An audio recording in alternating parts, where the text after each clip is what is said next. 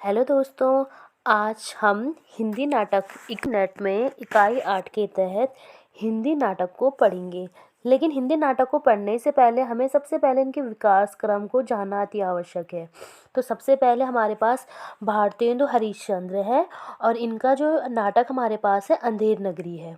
तो यह 1881 का नाटक है और एक प्रहसन है और 6 अंक या दृश्य कहेंगे, 6 दृश्यों का नाटक है। दूसरा नाटक है भारत दूरदशा, जो कि 1880 का है, नाट्य रासक है और 6 अंकों में संकलित है। इसके बाद जयशंकर प्रसाद के नाटकों को देखेंगे। सबसे पहले चंद्रगुप्त है 1931 में, 4 अंक है, 44 दृश्य है और 13 गीत है इसमें और कुल पात्रों की संख्या 28 है।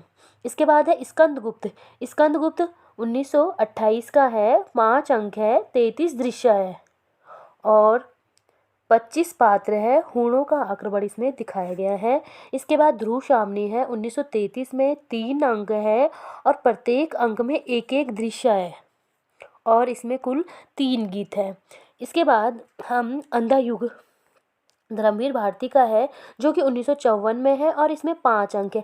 लेकिन हमें ये अंक ना सबके जरूर ध्यान रखने हैं और इनके प्रकाशन वर्ष भी जरूर ध्यान रखना है।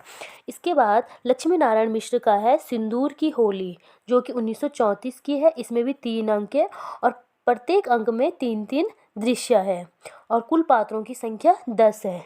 इसके बाद हम मोहन राकेश का देखेंगे। जो मोहन राकेश का नाटक है हमारे पास आधे अधूरे 1969 में है और इसमें 4 पुरुष पात्र है। मतलब कुल पात्रों की संख्या 12 है लेकिन पुरुष पात्र 4 है। मुख्य रूप से सिंघानिया हो गया, जुनेजा हो गए, जगमोहन हो गया और महेंद्र। दूसरा नाटक है आषाढ़ का एक दिन, मोहन राकेश का 1958 की है और इसमें भी 3 अंक है। ये भी जरूर ध्यान रखना है। इसके बाद है आगरा बाजार। जो आगरा बाजार है 1954 का है और ये 2 अंकों का है, हबीब तनवीर का। इसके बाद हमें ध्यान रखना है सर्वेश्वर दयाल सक्सेना की है बकरी, जो कि 1974 की है और 2 अंकों में। अंक तो हर किसी का ध्यान रखना ही रखना है और प्रत्येक अंक में 3-3 दृश्य है और मुख्य पात्र इसमें विपत्ति है। इसके बाद एक और द्रोणाचार्य शंकर शेष की है और ये एक और द्रोणाचार्य 1971 की है।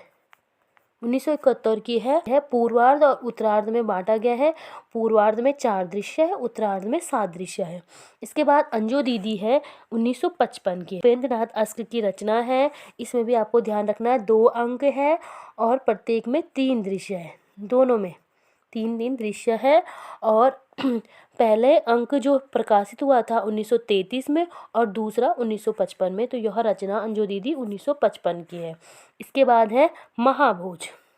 जो महाभोज है 1982 का है और इसमें 11 दृश्य है। मनु भंडारी का कहीं पे 83 भी लिखा रहता है लेकिन 1982 आप ध्यान रखना, 1982 का है, 11 दृश्य है और सुरोवा गांव का है, वर्णन है। तो इस प्रकार हमारे पास 14 नाटक थे। ये आपने ये 14 नाटकों को देखना है और अच्छे से समझना है।